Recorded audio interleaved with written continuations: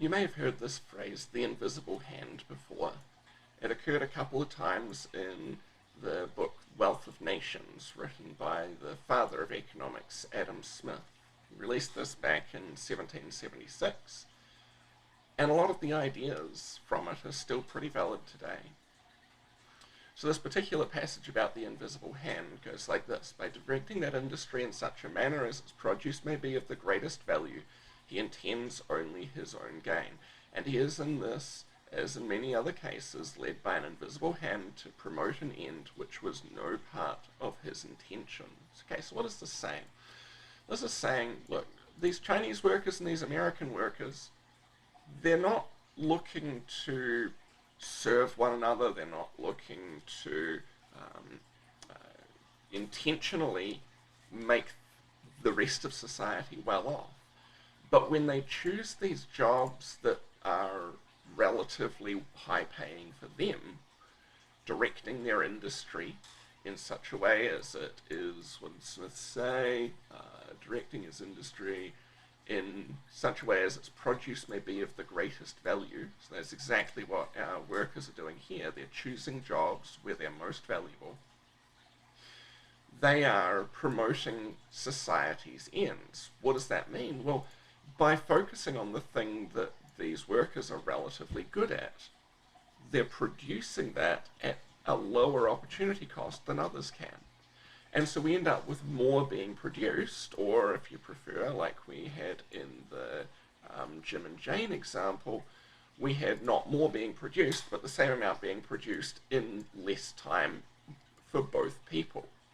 So now going back down to the invisible hand passage, nor is it always the worse for society that it was no part of it. By pursuing his own interest, he frequently promotes that of the society more effectually than when he really intends to promote it. See, if we had this situation here, we might say to ourselves, hey look, the American workers are earning so much here. Surely we could have the American workers sacrifice some and produce some iPods. Could that work?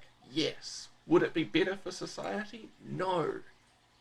We'd get more done if we had our Chinese workers do that, particularly if we allowed prices to adjust so that it would direct the Chinese workers to produce those iPod assemblies, allowing the American workers to continue with what they were relatively good at. In that way, both the Chinese and American consumers become better off. The American consumers are going to get their iPods cheaper because Americans give up too much to assemble iPods.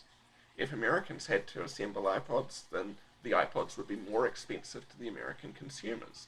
In the same way, those Chinese consumers become better off. Because yes, they still get their iPods, but they also get these research innovations that would have been very expensive to produce in China. They would have had to have given up a lot of the opportunity to manufacture stuff in order to produce those innovations. Now, that's not to say that everybody is made better off by this trade. Particularly the American workers who would have assembled iPods and are now out of a job are worse off. The Chinese workers who were going to go into research are going to be worse off. Is this too high a price to pay to get all of our stuff cheaper, to get it produced in a more efficient manner?